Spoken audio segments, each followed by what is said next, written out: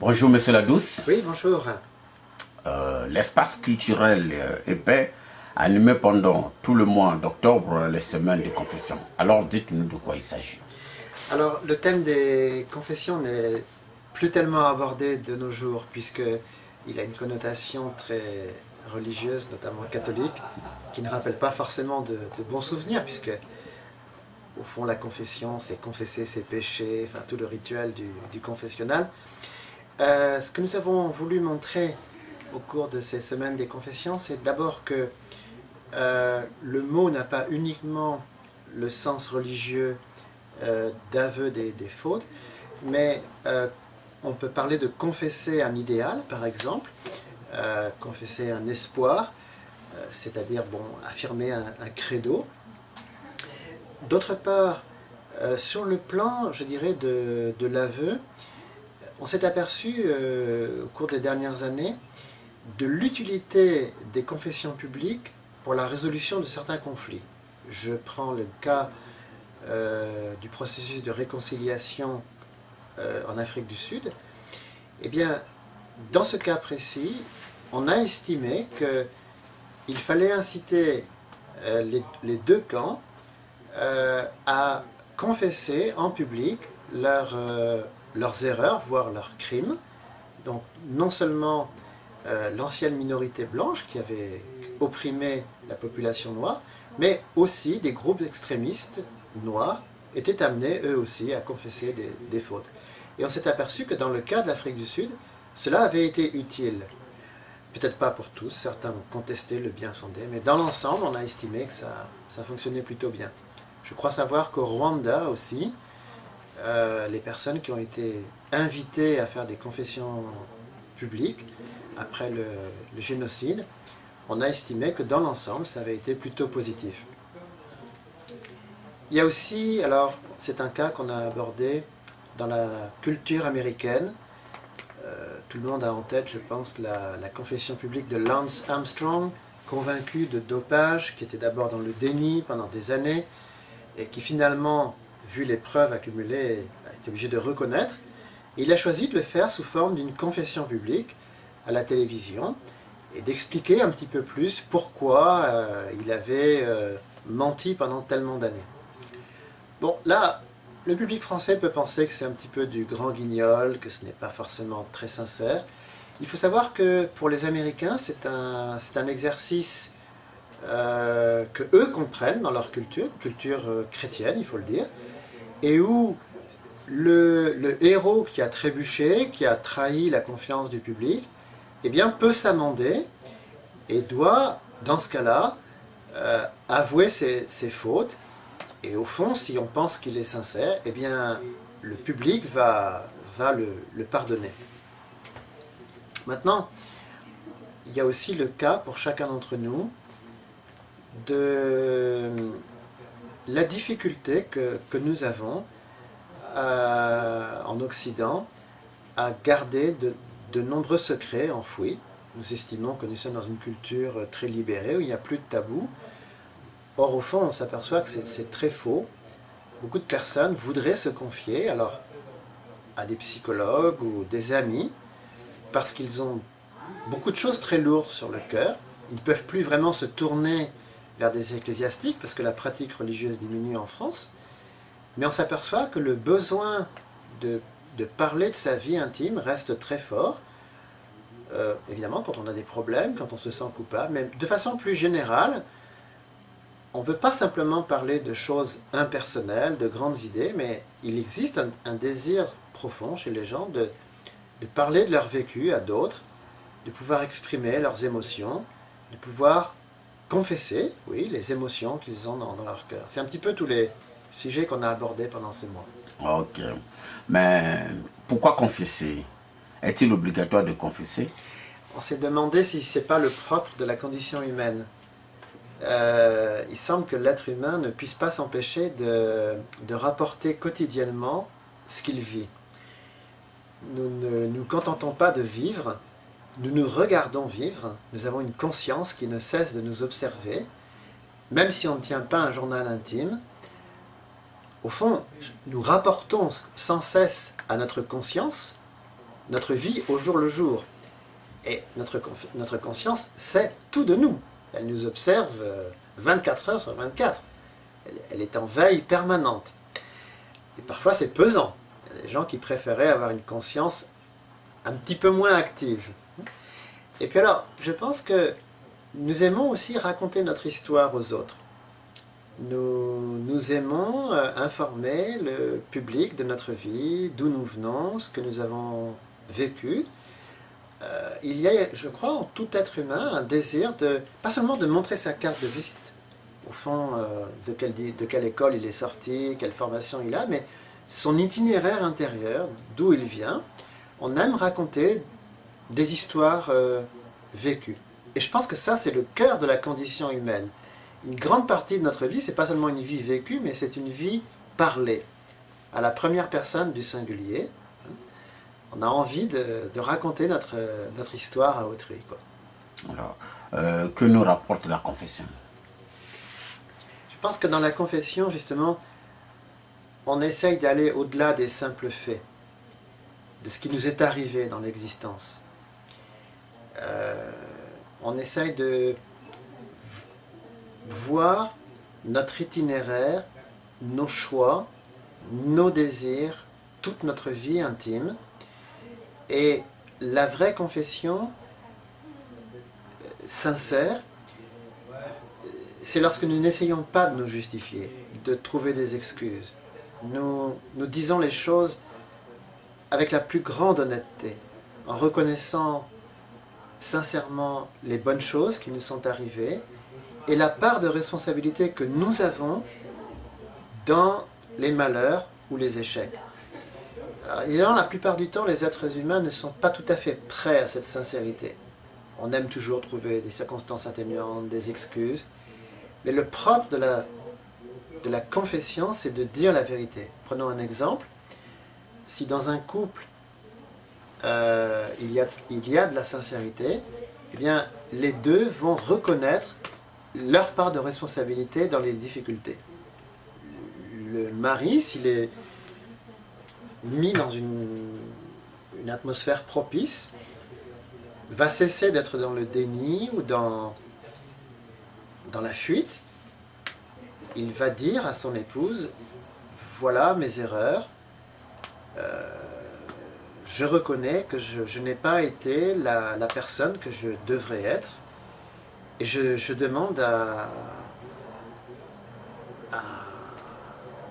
faire mes preuves, et que mon épouse me donne une nouvelle chance. Et la femme, de même, va essayer de revenir à une meilleure attitude, plus constructive. Je dirais même que ça peut exister entre parents et enfants. C'est pas facile pour les parents de reconnaître leurs erreurs, et c'est pas toujours souhaitable d'ailleurs, mais je connais des cas précis où des parents, s'ils sentent le moment opportun, vont confesser leurs erreurs à leurs enfants, en disant nous avons essayé de notre mieux, de vous donner une bonne éducation, mais franchement, papa et maman, on pense qu'on a commis des erreurs. C'est pas facile parce que les parents ont leur quant à soi, leur autorité, et ce n'est pas, on ne peut pas toujours faire ça. Mais parfois, ça peut être extrêmement sain. Il y a des enfants qui ont été extrêmement touchés de voir leurs propres parents reconnaître leurs erreurs, demander pardon même à leurs enfants. On n'est pas habitué à ça, puisqu'au fond, on attend plutôt l'inverse. Alors, quelle sera la morale,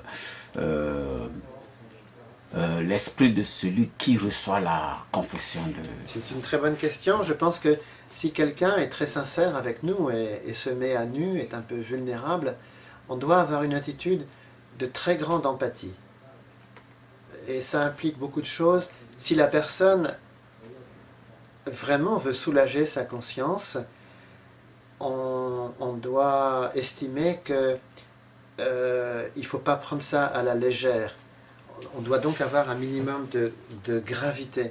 En même temps, on ne peut pas non plus s'immerger totalement dans le discours de repentance. On doit réconforter la personne.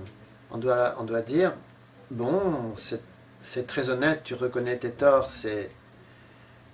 c'est bien. Maintenant, tu as aussi de très bonnes choses dont j'ai été témoin.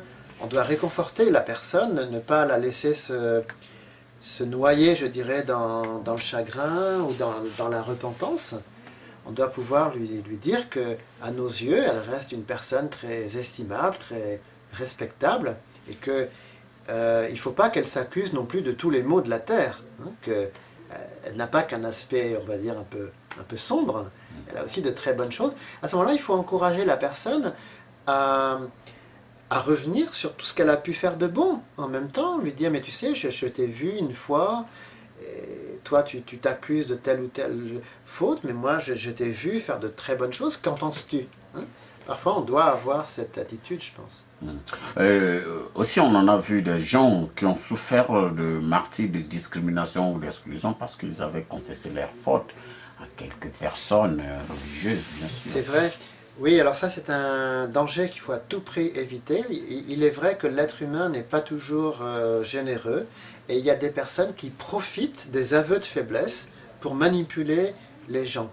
Et on ne peut pas se confesser si on n'a pas confiance dans la qualité humaine de l'autre personne. Parce que finalement se confesser c'est se mettre à nu, se mettre en position de faiblesse. Et si on a quelqu'un de malveillant, qui va cancaner, qui va rapporter ça, eh bien c'est très blessant et du coup on n'aura plus jamais envie d'être sincère. On va porter un masque et donc ça c'est à éviter bien sûr. Quelles sont les positions du confesseur et du confesseur, du confesseur et celui dont on confesse ses péchés? Quelle est la position dont les deux doivent incarner? L'un doit être seigneur, l'autre doit être sujet ou bien comment? Je pense que quand une personne a envie de révéler certains secrets qui sont lourds, il faut la laisser, on va dire, vider son sac librement, essayer de ne pas l'interrompre. Il faut être dans une écoute très profonde, ne pas non plus laisser l'autre personne se noyer dans cette confession, que ça devienne trop émotionnel, avec des pleurs qui n'en finissent plus, un accablement. La confession doit être cathartique, c'est-à-dire qu'elle doit être, ça doit être une thérapie. Et donc même si on n'est pas un thérapeute professionnel, on est un simple ami, on doit avoir une attitude constructive, une empathie qui est malgré tout, qui implique un minimum de distanciation. Je dois accueillir la confession en évitant toute forme d'indifférence, de froideur. En même temps, je ne peux pas totalement me plonger dans le désarroi de la personne qui se confesse. Sinon, ce n'est pas la peine. Il faut donc que je représente aussi, du mieux que je peux, la conscience de la personne qui se confesse. Je dois, puisque elle estime qu'elle a fait des fautes graves, je ne peux pas minimiser en disant « mais non, laisse tomber, c'était pas grave ». Cette personne a vraiment senti qu'elle a fait des erreurs, elle veut m'en parler, donc je ne vais pas commencer à minimiser ou à la distraire. Et en même temps, je ne peux pas la laisser se plonger en fait dans son chagrin. Je pense donc que la personne qui écoute la confession doit trouver le bon équilibre entre une grande réceptivité, une non-intervention, et en même temps savoir intervenir au moment utile, assumer sa responsabilité. C'est délicat à trouver. C'est un travail secret alors. C'est un travail qui demande une grande confiance entre les deux personnes.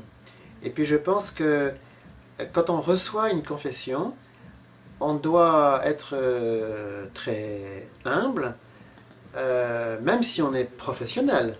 Donc on a un peu l'habitude, on est un peu blindé. C'est toujours très embarrassant de recevoir la confession de quelqu'un. Et on doit toujours se sentir inadéquat. On n'est pas qualifié et on doit dire d'ailleurs à l'autre personne, je ne suis pas sûr de pouvoir t'aider. Je vais tout faire pour cela, mais je ne peux pas certifier que tu te sentiras soulagé après m'avoir parlé. Et si jamais je n'ai pas répondu à ton attente, peut-être que tu trouveras une personne plus à même que moi de recevoir ta confession. Je pense que parfois il faut le dire assez clairement, quoi. Même si on a réussi dans certains cas, on a eu de bonnes pratiques, on n'est jamais sûr de réussir la prochaine fois, à mon avis.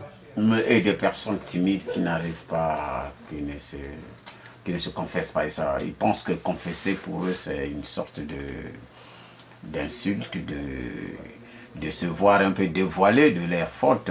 Oui, alors là, il y a la timidité ou l'orgueil, hein, c'est deux problèmes différents. On parle d'abord de la timidité. De la timidité. Je pense que quand on sent qu'une personne, ça lui ferait du bien de jeter le masque, et qu'on est en confiance de lui faire dire un peu plus que ce qu'elle veut bien livrer, il faut le faire avec amour, ne surtout pas forcer. Mais par exemple, poser des questions subtiles, demander à la personne d'en dire un tout petit peu plus, pour qu'elle se sente en confiance et qu'elle nous en dise un peu plus que ce qu'elle veut bien dire. Il ne faut surtout pas avoir l'air d'un procureur, dire là tu me racontes des bobards, alors tu laisses tomber le masque et tu me parles vraiment en vérité. Parce que là, la personne ne va pas du tout bien le prendre. Il faut le faire en se disant que c'est d'abord dans l'intérêt de la personne. Ça lui ferait du bien de parler, même si elle le nie. Elle a l'air de donner l'impression qu'elle compte que sur elle-même. Mais si on sent que ça lui ferait du bien de parler, il faut avoir un esprit, alors parfois, je dirais, fraternel, ou parfois même comme si on était le parent de cette personne. Une attitude vraiment bienveillante et désintéressée.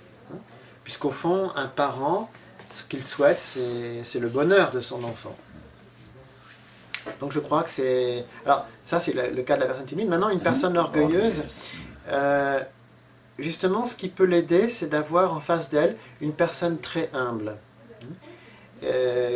qui, justement, procède par petites touches subtiles. Et donc la personne orgueilleuse vit dans une sorte de forteresse. Elle se croit invulnérable, elle n'est pas du tout du genre à lâcher l'affaire, elle se surveille énormément et ça lui fait du mal. Donc on s'efforce d'être humble, de la mettre en confiance, de vraiment s'effacer, si je puis dire. Et à ce moment-là, elle va sentir qu'elle a en face d'elle une sorte d'éponge qui est prête à recevoir le venin qu'elle peut avoir.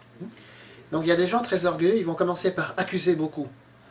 Ils vont vraiment répandre du venin, on accueille ça, et petit à petit, on amène la personne non plus à accuser les autres, mais peut-être à se remettre un petit peu en question. Ok. Est-ce que des personnes qui sont des visionnaires, des personnes qui veulent toucher les objectifs, sont-ils classés dans le cadre des personnes orgueilleuses ou bien timides? Alors c'est curieux parce que parfois c'est les gens très publics, il peut y avoir les deux. On sait que par exemple les grands comiques, ils disent qu'ils sont de grands timides. Et on ne croirait pas quand on voit les clowns ou les imitateurs, mais souvent ils disent qu'en privé ils sont très timides. Et ça peut arriver qu'une personne publique ne soit pas à l'aise dans l'intimité. Autant elle fait des grands discours comme ça en public, peut-être dans l'intimité, elle est très mal à l'aise. Elle a peur du contact proche, quoi. Et en tout cas, il est bon pour toute personne publique de passer par l'épreuve de l'intimité. Les gens publics doivent laisser tomber le masque et avoir suffisamment d'humilité pour s'exposer face à leurs amis proches, leur parenté, leurs enfants. C'est toujours malsain si une personne publique vit dans la façade et elle a un public qui l'adule, qui l'admire éventuellement, mais elle ne passe plus par ce miroir de l'intimité. Elle a un petit peu peur que ses proches lui disent « Bon écoute, tu fais un grand show, tu es adulé, reconnu, mais on a 2 ou 3 choses à te dire, là, tu vois, ça serait bien que tu écoutes quand même. » Une personne publique n'est pas forcément disposée pour ça, mais je pense que ça fait du bien quand même. Mais il y a certaines, lorsqu'on écoute aussi certaines personnes, on se laisse prendre aussi, on perd aussi ces objectifs dont on avait rêvé de réaliser. C'est vrai qu'une personne, alors justement on revient au problème de la confession, l'une des forces des personnes publiques c'est que justement elles vont de l'avant. Elles ne passent pas leur temps, en tout cas il faut le souhaiter, à se regarder le nombril, à s'accuser de tous les maux. Donc évidemment, une personne publique a peur de s'effondrer en cours de route, et si... elle peut penser que si elle craque dans l'intimité, ça y est, c'est fini pour elle, quoi. Donc ça, c'est des moments un petit peu délicats, je dirais. On sait que le général de Gaulle, par exemple, sous des dehors extrêmement sûr de lui, voire un peu hautain, on sait qu'il était dépressif. Il a pensé au suicide plusieurs fois. Churchill, c'est pareil. Et ces personnes n'avaient probablement pas toujours dans leur entourage des gens à qui confier leurs tourments. On sait que Churchill, par exemple, à la fin de sa vie, il avait un sentiment d'échec qui nous paraît invraisemblable. Comment le grand héros de la Deuxième Guerre mondiale pouvait-il s'accabler ? Mais Churchill était un homme foncièrement honnête, il ne se faisait pas d'illusions. Il savait qu'il y avait beaucoup de zones d'ombre dans sa vie et qu'il avait eu des échecs graves avec ses enfants, notamment. Et je crois que derrière la façade de très grand homme politique qu'il était, il avait une grande lucidité sur certains échecs affectifs dans sa vie. Le destin de ses enfants lui faisait très mal. Et il avait du mal, je crois, à se pardonner certaines choses. Il faut dire qu'il était aussi très complexé par rapport à son père. Et donc la biographie des grands hommes est souvent extrêmement complexe parce qu'il y a des nombreux secrets de famille qu'on ne connaît pas toujours. On voit l'homme public sous le feu des projecteurs. Mais justement, les biographes nous font souvent découvrir des choses très intimes sur nos grands héros. Et nous révèle un autre aspect de la personnalité de ces gens qu'on admire beaucoup. Ok. On est toujours dans les semaines de la confession. Dans le souci du français, Éric Zemmour n'hésite pas à crier son désespoir. Et si on faisait l'inverse? Crier sa foi en idéal, on est un idéal, y croire vouloir le vivre et le partager, cela doit rester faisable. Essayons de déclarer aux autres des intentions nobles et de les pratiquer. Notre confession de foi doit être naturelle, exprimer notre cœur et une vraie conviction. Elle doit se faire avec humilité, avec sagesse, en acceptant les conseils et les remises en cause. Oui, ça c'était le premier parole donnée sur la semaine des confessions. Et nous avons mis l'accent sur la profession de foi. Ne pas hésiter à proclamer en public ce que l'on croit. Je rappelle, pour ceux qui l'auraient oublié, que, par exemple, quand on parle de confession protestante ou de confession musulmane, c'est le credo, les choses dans lesquelles je crois. Et donc, on s'était demandé, finalement, est-ce que nous sommes prêts à proclamer nos croyances en public, nos espoirs et nos idéaux? On avait parlé d'Éric Zemmour parce que voilà un homme qui est très pessimiste. Et il a écrit donc un livre qui s'appelle « Le suicide français ». Son pessimisme est partagé par une grande partie de la population française. Nous sommes dans un pays qui est un petit peu dépressif là en ce moment. Mais il faut savoir qu'il y a quand même des Français qui ne partagent pas ce pessimisme, ce désespoir. Mais on les entend moins. Et souvent en France, on se moque un petit peu des gens qui prennent la vie du bon côté, ont vraiment de belles choses à dire. On préfère les gens un petit peu tourmentés, si je puis dire. Et donc, c'est important que dans notre pays, il y ait une culture de l'enthousiasme un peu plus forte, de personnes qui sont très heureuses de partager leurs espoirs, leur vision positive de la vie, leurs idéaux, tout un ensemble d'espérances qu'elles portent. Donc c'était le but de cette première soirée. Ok. Connais-toi toi-même, disait Socrate. Aujourd'hui, c'est plutôt fais-toi connaître aux autres. Les réseaux sociaux permettent un étalage presque permanent de sa vie au risque de montrer seulement la vitrine et de vivre dans la virtualité. Essayons de mieux nous dévoiler à nos proches, à nos amis, à notre entourage, en sachant exprimer qui nous sommes vraiment et en laissant les autres se livrer aussi. Oui. Alors, tout d'abord, connais-toi toi-même et fais-toi connaître. Un des grands aspects de l'Occident a été l'art de l'introspection. Connaître toi-même, c'est la fameuse phrase de Socrate. Donc, c'est quelqu'un qui incite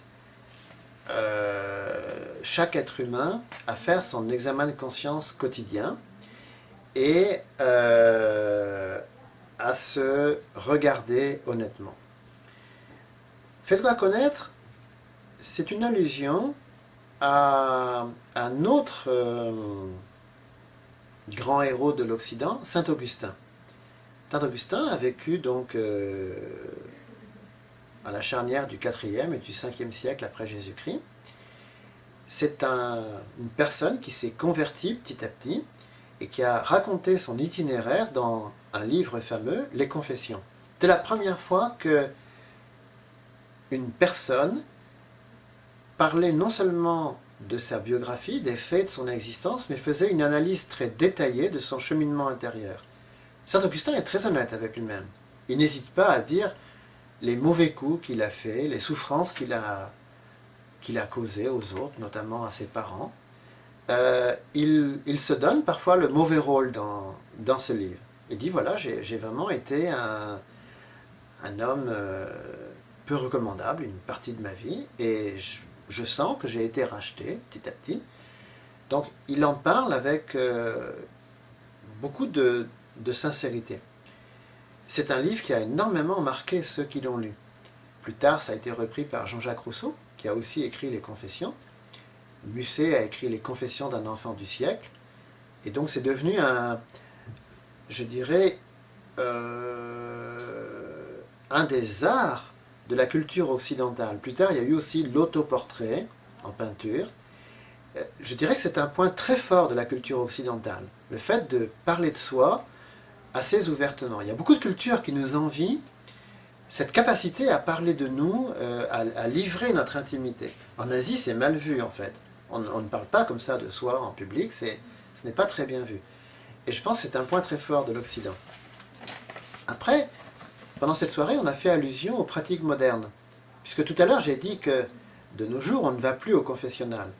Mais on s'aperçoit qu'il y a par exemple les succès un peu bizarres de la télé-réalité, comme Love Story ou Secret Story, des gens qui s'exhibent en fait devant les caméras. Donc finalement, on met l'être humain en scène dans son intimité.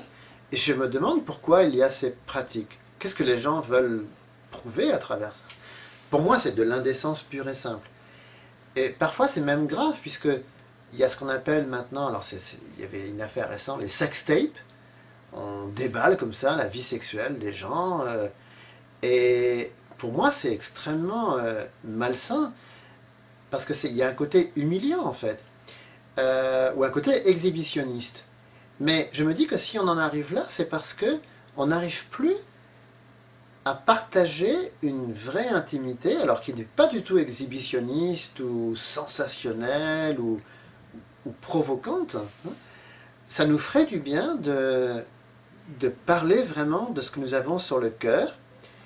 Et comme on n'arrive plus à le faire, eh bien, je crois qu'on dérape complètement sur Facebook, on déballe un peu n'importe quoi. Mais j'y vois plutôt l'expression d'une souffrance contemporaine. Alors aussi, on parle beaucoup de transparence. C'est un thème qu'on voit souvent. Mais je me demande si la télé-réalité et tous ces déballages, c'est de la vraie transparence ou plutôt ce que j'ai appelé tout à l'heure de l'exhibition ou de l'indécence. Je me demande souvent où est la limite là-dedans, quoi.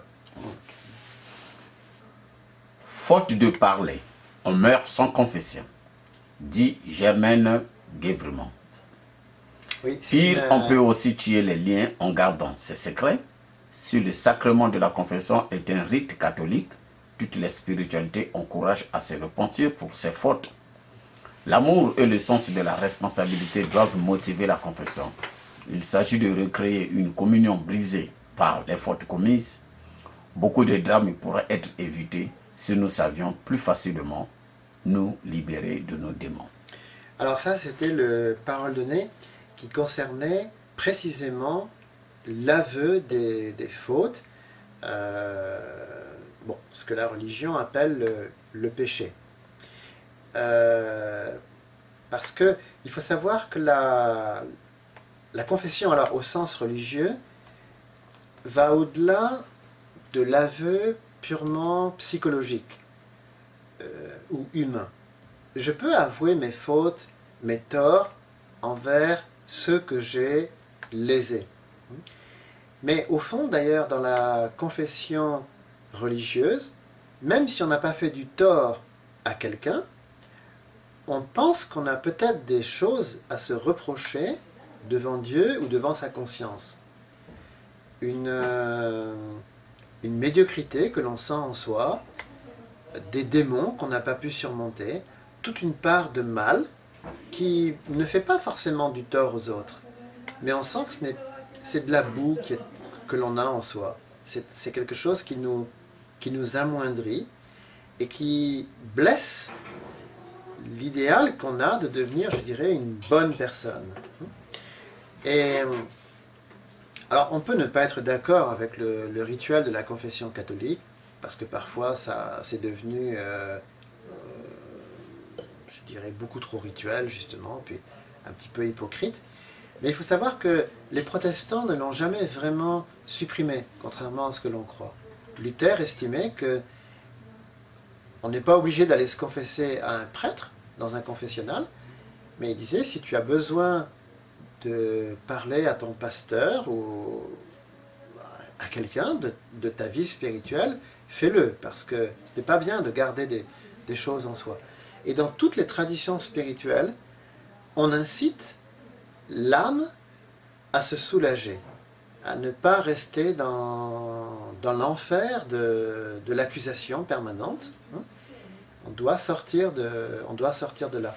C'est parce qu'au fond, l'être humain se doute qu'il a offensé Dieu, ou alors sa propre conscience, son âme. Et que s'il n'arrive pas à soulager ce problème-là sur la terre, on sent tous qu'il y a une dimension presque éternelle. C'est pour ça que certains ont une vision extrêmement pessimiste de la conscience. Ils disent que la conscience est un juge impitoyable, encore bien plus sévère que Dieu. Que les décrets de la conscience sont irrévocables, et que quand elle nous accuse, c'est pour nous envoyer en enfer, quasiment. Donc il y a des gens qui souffrent énormément de ne pas pouvoir se confesser. Ils s'accusent de tous les maux, c'est une véritable paranoïa parfois. Donc c'est quelque chose qui est... La confession, normalement, est quelque chose de sain, qui doit nous soulager.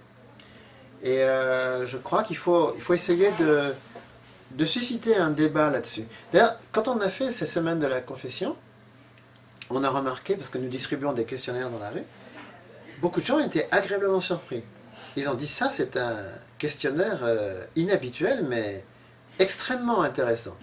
J'étais surpris, j'avais peur qu'on ait des réactions de rejet, que les gens disent « Oh là là, qu'est-ce que c'est que ce thème beaucoup trop religieux ?» D'ailleurs, on ne parle pas de ça en public, comme ça, dans la rue.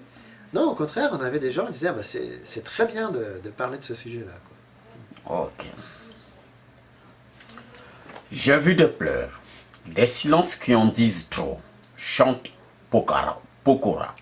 Donc, je voudrais vous dire, combien de fois nous souffrons de ne pas pouvoir aborder avec nos proches et nos amis le fond des choses. Le langage humain cache souvent plus de choses qu'il n'en dévoile. Nous essayerons de comprendre comment créer un climat de confiance où les sujets qui nous tiennent à cœur sont abordés avec franchise. Oui, c'était la conclusion des semaines des confessions. Je crois qu'en dehors de l'aveu des fautes, il y a le désir de chacun d'entre nous d'aborder des sujets intimes, des sujets existentiels. C'est vrai que parfois on aborde des sujets très impersonnels, par exemple la politique, les gens parlent beaucoup de politique ou d'idéologie. Mais souvent ce sont des masques. en fait, on voudrait parler d'autre chose, et puis personne n'a trop envie de se livrer. Donc on en reste à des sujets comme ça, très, très généraux, c'est un petit peu des masques, et les vrais sujets ne sont pas forcément abordés. Alors, dans une vie collective, il est bon que les gens aient des espaces où ils peuvent vraiment exprimer leurs convictions profondes. En dehors même des erreurs que l'on fait, il est bon de dire franchement où on se situe, ce qui nous tient vraiment à cœur, des angoisses que l'on peut avoir, des choses, on a peut-être peur que ça va choquer ou ça va être mal pris, mais on le sent. Et il s'agit d'encourager cette conversation à plusieurs. Même dans une entreprise, il est bon de ne pas parler que du business. Il est bon que les gens qui travaillent ensemble se disent leurs 4 vérités. Et ça peut être dans les deux sens. S'ils ont des reproches à se faire, ou aussi combien ils s'apprécient. Parfois, ça peut être extrêmement cathartique si, dans une équipe, les gens disent bah, vraiment, je vous aime tous, vous m'apportez énormément, et finalement, la personne se met à pleurer, et tout le monde est touché, s'aperçoit que voilà, c'est pas seulement un collègue de travail, c'est un être humain qui a beaucoup d'émotions, quoi. Et c'est donc c'est très important pour un groupe d'avoir de tels moments. On sait qu'il y a des équipes de football de niveau, comment dire, enfin, pas très élevé, qui peuvent se battre de grandes équipes, parce que justement, elles créent un collectif. Les joueurs sont plus que des joueurs de foot. Ils sont une famille, ils partagent des choses, ils sont soudés, et s'ils sont vraiment un collectif uni par le cœur, bah de temps en temps, ils vont battre des très grosses équipes qui, pour elles, c'est juste taper dans un ballon, c'est leur profession, quoi. Ils sont très doués, hein. Mais ils peuvent se faire avoir par une équipe qui a un gros cœur, en fait. Et souvent, ces équipes-là, c'est des équipes où les gens ont vraiment créé un collectif, une famille. Ils jouent au foot, mais c'est pas uniquement pour taper dans le ballon, pour marquer des buts. C'est simplement parce que c'est une grande famille, quoi. Et je pense que dans tous les domaines, dans tous les milieux, c'est important d'avoir des moments personnels. Ok. Vous avez le dernier mot en résumé de tout ce que on vient de dire? Oui, quand on a commencé les semaines des confessions, j'avais un peu d'appréhension. J'avais peur que les gens le prennent assez mal. Je me suis aperçu que plusieurs de nos soirées, les personnes étaient un tout petit peu défensives, et que quand ils ont vu là où on voulait en venir, eh bien, beaucoup de personnes ont senti que ça avait été un sujet, un des meilleurs sujets qu'on ait traité à parole donnée. On a essayé de donner pas mal d'exemples. On a fait réfléchir par des images très fortes. Je crois que beaucoup de gens, par exemple, ont oublié le moment très émouvant où en 72, Willy Brandt s'est agenouillé en Pologne, à Varsovie, devant un monument aux victimes juives du nazisme. Beaucoup de gens avaient complètement oublié cette image. Et quand ils ont vu cette image-là, enfin, j'ai vu que beaucoup de jeunes étaient touchés. Parce que là, ça n'a rien à voir avec l'exhibitionnisme dont je parlais. C'est un grand homme politique qui fait acte de contrition avec beaucoup de noblesse, et on sent que ça a beaucoup d'impact, ça fait avancer les choses. Donc on a eu comme ça des moments, je dirais, assez forts pendant ces semaines des confessions. On a eu de très bons échanges, et finalement, je ne regrette pas du tout qu'on ait eu ce thème un peu délicat au départ, je dois le dire. Ok. Merci, M. Labix.